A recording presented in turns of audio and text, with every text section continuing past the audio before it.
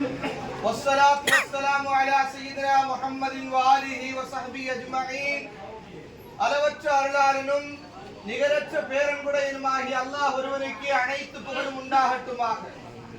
ஈருலக தூதர் கருணை நாயகம் காருண்ய நபிகள் நாயகம் ஸல்லல்லாஹு அலைஹி வஸல்லம் அவர்கள் மீதும் அவர்களுடைய அடிச்சுவடுகளை அப்படியே பின்பற்றிய சத்திய சஹாபாக்களின் மீதும் குறிப்பாக அல்லாஹ்வுடைய விருந்தாளிகளாக இருக்கக்கூடிய நம்மின் மீதும் அல்லாஹ்வுடைய வற்றா கிருபை என்றென்றும் குன்னி நிலவட்டுமாக.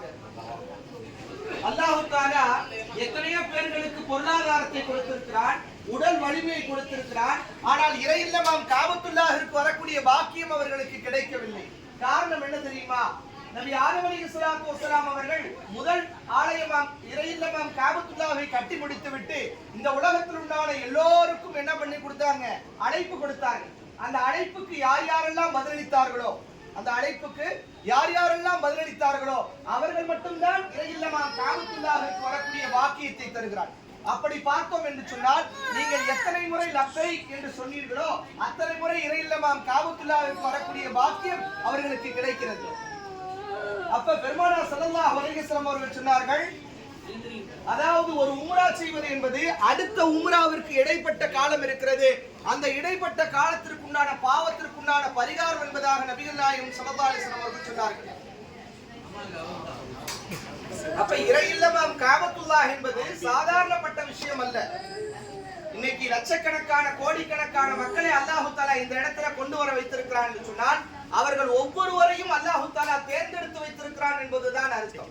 அப்படி பார்த்தோம் என்று சொன்னால் ஒரு முறை லப்பைக் என்று சொன்னவர்கள் ஒரு முறை வருகிறார்கள், இருமுறை லப்பைக் என்று சொன்னவர்கள் இருமுறை வருகிறார்கள், மும்முறை லப்பைக் என்று சொன்னவர்கள் 3 முறை வருகிறார்கள். அப்ப 10 முறை லப்பைக் என்று சொன்னால் 10 முறை இறை இல்லமாம் காபத்துல்லாஹ்வுக்கு வரக்கூடிய பாக்கியத்தை அல்லாஹ் கொடுக்கிறான்.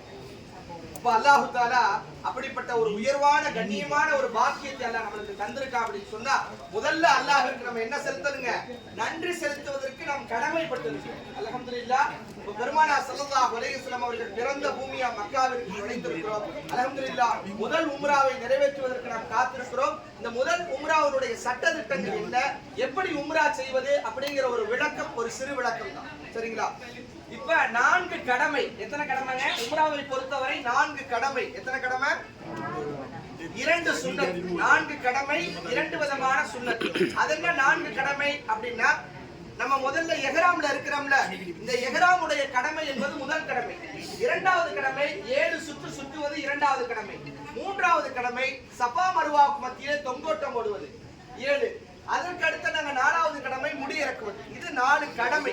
2 விதமான சுன்னத் என்ன அப்படின்னா, தவாஃப் முடிஞ்சதற்கு பின்னால் தவாஃபுடைய சுன்னத் 2 ரக்காயத்து தொழுகணும், அது ஒரு சுன்னத். அதற்கு அடுத்ததா சம்சம் நீர் குடிக்கிறதுங்கிறது ஒரு சுன்னத். இப்ப 4 கடமை, 2 விதமான சுன்னத். இப்ப விரிவா சொல்லலாங்களா?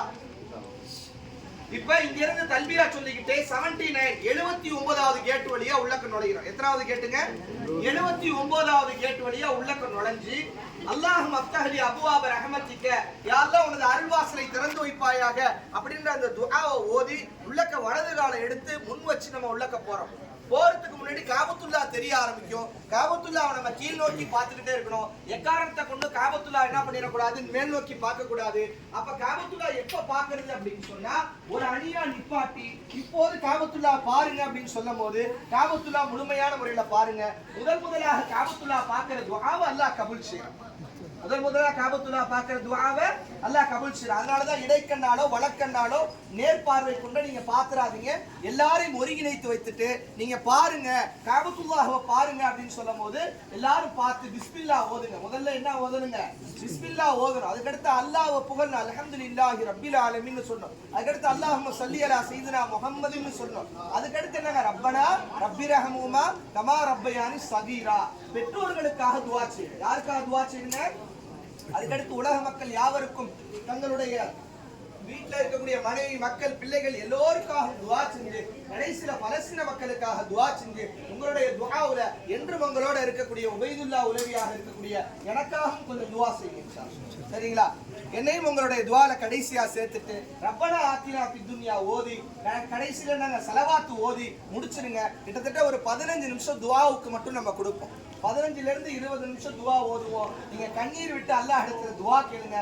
துஆவை முடிச்சதுக்கு பின்னாடி ஆண்களை ஒரு அணியாவும் பெண்களை ஒரு அணியா நிப்பாட்டி வைக்கிறோம். எப்படி நிப்பாட்டி வைப்போம் அப்படின்னா, இப்ப கோடிக்கணக்கான மக்கள் இன்னைக்கு உம்ராவோட இறங்கியிருக்காங்க. சோ அவங்க கூட்டம் ரொம்ப அதிகமாக இருக்கக்கூடிய காரணத்தினால நம்ம சப்ப கரெக்டா பின்பற்றி வரணும். எப்படி பின்பற்றி வரணும் அப்படின்னு சொன்னா, ஆமா நீங்க ஷாலை பிடிங்க, திரும்ப ஷாலை பிடிச்சிக்கணும். பாத்தீங்களா, அவங்களுடைய பேக்கையோ அல்லது ஷாலையோ நீங்க என்ன பண்ணிக்கணும், இப்படி பிடிச்சுக்கணும். எக்காரணத்தை கொண்டோ அந்த ஷாலை பேக்கை நீங்க விட்டுறக்கூடாது. சோ ஒருவர் பின் ஒருவராக என்ன பண்ணுவாரு, இந்த ஷாலை இப்படி பிடிச்சுக்குவாங்க. எல்லாரும் இப்படி வரிசைக்கா பிடிச்சுக்கிட்டீங்க அப்படின்னு சொன்னா யாரும் மிஸ் ஆகிறதுக்கு வாய்ப்பு கிடையாது. சரிங்களா? அதே மாதிரி ஆண்களாக இருக்கக்கூடியவர்கள் உங்களுடைய பேக்கினுடைய அந்த இது இருக்குல்ல, அந்த கயிறு பகுதி இருக்குல்ல, அதை என்ன பண்ணிக்கணும், பின்னாடி மாட்டிக்கிறீங்க. அப்ப பின்னாடி கரெக்டா நீங்க ஒன்றன் பின் ஒன்றாக பிடிச்சுக்கணும். சரிங்களா? அல்ஹம்துலில்லாஹ். இப்படி பிடிச்சிட்டோம் அப்படின்னா நம்மளுக்கு ஒரு லைன் நல்ல ஃபார்ம் ஆயிடும். சோ நம்ம ஒரு அணியா இருந்து உம்ராவை நல்ல முறையில நிறைவேற்றலாம். அப்ப தவாப் செய்யக்கூடிய அந்த 2வது கடமையை நோக்கி நம்ம போவோம். எப்படி இருக்குன்னா, இந்த மாதிரி கிரீன் லைட், இந்த லைட் இருக்கு பாத்தீங்களா, அந்த தவாப் சுத்தக்கூடிய இடத்துல காபத்துல்லாலே அந்த மாதிரி ஒரு கிரீன் லைட், அதாவது இவ்வளவு பெருசு இருக்கும், ரொம்ப பெருசா இருக்கும் அந்த கிரீன் லைட். அந்த கிரீன் லைட் கிட்ட நம்ம போனதுக்கு பின்னாடி ஆண்கள் தங்களுடைய கைகளை வலப்புறமாக மாற்றிக்கொள்ள வேண்டும். அதாவது வலதுபுறம் திறந்திருக்கணும். வலதுபுறம் என்ன பண்ணிருக்கணும், திறந்திருக்கணும். இந்த மாதிரி ஒரு இன்ஸ்ட்ரக்ஷன் நம்ம கொடுப்போம், ஆண்களுக்கு கொடுப்போம். சரிங்களா? இந்த சுற்று ஆரம்பிக்கிறதுக்கு முன்னாடி அல்லாஹும்ம இன்னி உரீது தவாஃப சபஅ அஷ்வாத்தின் லில்லாஹி தஆலா ஃபதகப்பல் மின்னி வயஸ்ஸிர்லி. யா அல்லாஹ், இந்த 7 சுற்றுதலையும் உனக்காக செய்கிறேன், இதை ஏற்றுக்கொள்வாயாக, மேலும் இதை இலகுவாக்கி தருவாயாக அப்படின்னு சொல்லி ஒரு சின்னதா ஒரு நியத்து செஞ்சுட்டு அதுக்கடுத்து பிஸ்மில்லாஹி அல்லாஹு அக்பர், ஹஜர் அஸ்வதுடைய கல் இருக்கும். இந்த கிரீன் லைட்டுக்கும் எதிர்த்தாப்புல என்ன இருக்கு, இந்த கிரீன் லைட்டுக்கு எதிர்த்தாப்புல இருக்கிற கல்லுக்கு பேர் என்னங்க, ஹஜர் அஸ்வதுடைய கல். இந்த ஹஜர் அஸ்வதுடைய கல்லை தான் நபி ஸல்லல்லாஹு அலைஹி வஸல்லம் என்ன பண்ணாங்க, முத்தமிட்டாங்க. இப்ப நம்மளும் என்ன பண்ணணும், முத்தமிடணும். ரசூல் ஸல்லல்லாஹு அலைஹி வஸல்லம் முத்தமிட்ட கல்லு, ரசூல் ஸல்லல்லாஹு அலைஹி வஸல்லம் சொன்னாங்க, யார் அந்த கல்லை முத்தமிடுவாங்களோ அல்லது முத்தமிட முடியலையோ அவங்க சைகினை செஞ்சாலோ நாளை கியாமத்துடைய நாள்ல சாட்சி சொல்லும்னு ரசூல் ஸல்லல்லாஹு அலைஹி வஸல்லம் சொல்லியிருக்காங்க. அப்ப அப்படிப்பட்ட அந்த கல்லுக்கு நம்ம இப்ப முத்தமிட முடியாது. சமீபத்துல போய் முத்தமிடுறேன்னு போய் ஒருத்தவங்களுக்கு கை உடைஞ்சிருச்சு. இந்த மாதிரி பலவிதமான சூழ்நிலைகளுக்கு மத்தியில இருக்கிறோம். அதனால ஓரமாகத்தான் நம்ம நிக்கணும். பெருமானா ஸல்லல்லாஹு அலைஹி வஸல்லம் சொன்ன 2வது ஆப்ஷன் சைகினை செய்து கொள்ளுங்கன்னு சொன்னாங்கல்ல, அம்மா அந்த மாதிரி சைகினை செஞ்சுக்கிட்டு என்ன பண்ணணும், பிஸ்மில்லாஹி அல்லாஹு அக்பர்னு சொல்லி 3வது கலிமாவை கொண்டு துவக்க வேண்டும்.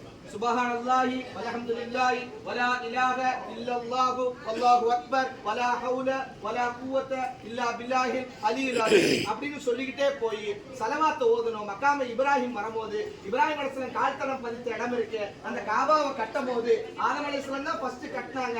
அதற்கடுத்து புனர்மானம் செய்தது, மீண்டும் கட்டினது யாருங்க, இப்ராஹிம் அலைஹிஸ்ஸலாம் தான் கட்டினாங்க. இப்ராஹிம் அலைஹிஸ்ஸலாம் இஸ்மாயில் அலைஹிஸ்ஸலாம் சேர்ந்து தான் கட்டினாங்க. அப்ப இப்ராஹிம் அலைஹிஸ்ஸலாம் கால்தடம் பதித்த இடம் இருக்குல்ல, அந்த இடத்தை மக்காம இப்ராஹிமாக அழகு கூட்டி வச்சிருக்காங்க. அது கோல்டன் கேட் மாதிரி போட்டு அழகா கூட்டி வச்சிருப்பாங்க.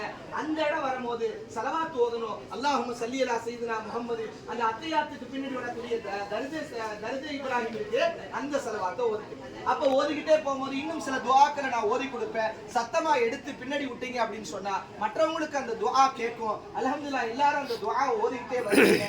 ருக்குனே யமானின்னு ஒரு இடம் வரும். அந்த இடம் வந்தோடனே ஒரே ஒரு துஆ, ரப்பனா ஆத்தினா ஃபித் துன்யா ஹஸனத்தன் வ ஃபில் ஆখিরাতি ஹஸனத்தன் வ கீனா அஸாபன்னார். ஏன் 70000 மலக்குமார்கள் இருக்காங்க. எவ்வளவு மலக்குமார்கள் இருக்காங்க, 70000 மலக்குமார்கள் இருக்காங்க. அப்ப அந்த 70000 மலக்குமார்கள் என்ன சொல்றாங்க, ஆமீன் சொல்றாங்க. என்ன சொல்றாங்க, இந்த துஆவுக்காக, அதாவது யார் அந்த இடத்துல இந்த துஆ ஓதுறாங்களோ அவங்களுக்கு ஆமீன்